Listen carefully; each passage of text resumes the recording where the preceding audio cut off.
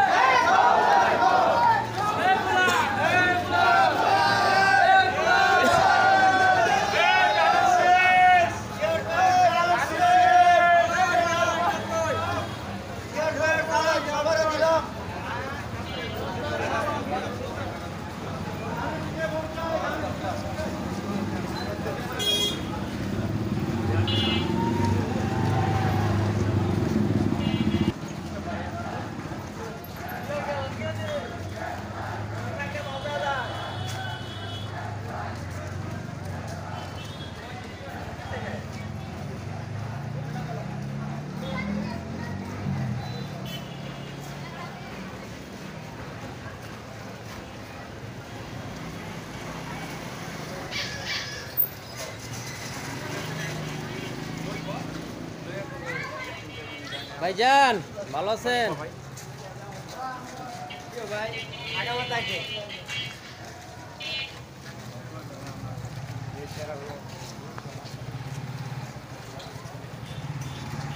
ঘরে ঘরে দিলাম।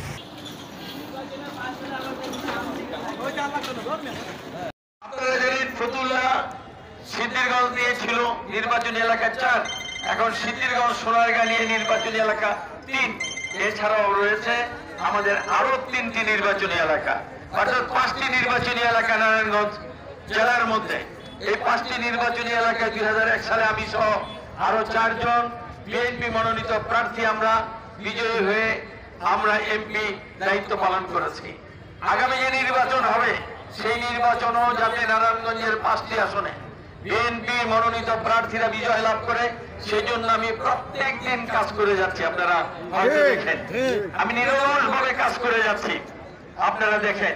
আপনাদের কাছেও আমার আহ্বান, যার যেখানে আত্মীয় স্বজন বন্ধু বান্ধব আছে, পরিচিত জন আছে, 5টি নির্বাচনী এলাকায় আপনারা কাজ করবেন। যাকেই দল থেকে মনোনয়ন দিবে ধানের শীষে ভোট দিয়ে যেন জনগণ আমাদের প্রার্থীকে বিজয়ী করে, সেই জন্য আপনারাও আমার পাশাপাশি চেষ্টা করবেন, এটা আপনাদের কাছে অনুরোধ। আমরা এই জালপুরি এলাকায় অতীতে বিএনপির বিজয় কিভাবে হয় দেখেছি। এই এলাকার মানুষ বিএনপি প্রেমিক এবং বিএনপিকে ভোট দেয় স্বতঃস্ফূর্তভাবে। আগামী নির্বাচনে আরো ব্যাপকভাবে যাতে ভোট বিএনপিকে দেয় সেই জন্য আমাদের নেতৃবৃন্দ নিরলসভাবে কাজ করবেন, এটা আপনাদের কাছে আমি অনুরোধ জানাচ্ছি। পরিশেষে একটি কথা বলতে চাই, সেটা হলো এই 2024 সালে চূড়ান্ত আন্দোলন সংগ্রাম যখন আমরা করি, এই এলাকার মধ্যে ছাত্র দলের আমাদের কর্মীরা, আমাদের নেতারা এই ফ্যাসিস্ট শেখ হাসিনার বিরুদ্ধে যখন আন্দোলন করছিল, তখন এদেশের সবচাইতে খ্যাতিমান গডফাদার, দেশবাসীও চিনে, বাইরের মানুষও চিনে, সেই গডফাদার তার সন্তান, তার বাচ্চা, তার বাহিনী নিয়ে অস্ত্র শস্ত্র সহ নিরস্ত্র আন্দোলনরত আমাদের নেতা কর্মীদের উপর ঝাঁপিয়ে পড়েছিল। তারা সেই দিন নির্বিচারে গুলি করেছে এবং এই স্থানেই 6 জন মানুষ শাহাদত বরণ করেছে আমাদের সঙ্গী সাথীরা। এত নিষ্ঠুর, নির্মম অত্যাচার, নির্যাতন এবং গুলি করে পাখির মতো মানুষ হত্যা করা, এই জঘন্য ইতিহাস আর অতীতে খুঁজে পাওয়া যাবে না। এখানে যাদেরকে শাহাদত বরণ করতে হয়েছে তাদের মধ্যে আদিল, ফরিদ, সুজন, জামান সহ আরো 2 জন। তাদের রুহের মাগফিরাত কামনা করি, তাদের পরিবারের প্রতি সমবেদনা জানাই। আমরা তো ভুলে যাই নাই এই নিষ্ঠুর নির্মমতা, আমরা ভুলে যাই নাই।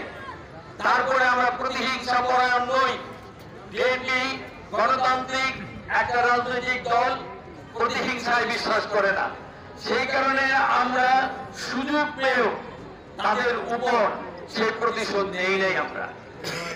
আমরা সরকারের কাছে দাবি করি, অন্যায় অত্যাচার যারা করেছে তাদের বিচার যেন করা হয়। আমরা ন্যায় বিচার চাই, অন্যায় বিচারও চাই না। যারা অন্যায় করেছে শুধুমাত্র তাদের শাস্তিও সেটা চাই। যারা অন্যায় করে নাই, নির্যাতন করে নাই, তাদের উপর কোনো জুলুম হোক, তারা কোনো দায়ের দোষী হোক, এটা আমরা চাই না। আমরা তারপরে অনুরোধ করব, যারা এতদিন ফ্যাসিস্ট সরকারের রাজনৈতিক দলে ছিলেন, শরিক দল ছিলেন কিংবা সমর্থক ছিলেন, তাদের কাছে একটা আবেদন করব, বিবেক বুদ্ধি খাটিয়ে একবার দেখেন তো, যারা আপনাদের দলের নেতৃত্ব দিয়েছে তারা এদেশের অর্থ সম্পদ চুরি করেছে কিনা, ডাকাতি করেছে কিনা, সেগুলোর প্রমাণ মিলছে কিনা, সেই চোরেরা দেশ থেকে পালিয়ে গেছে কিনা।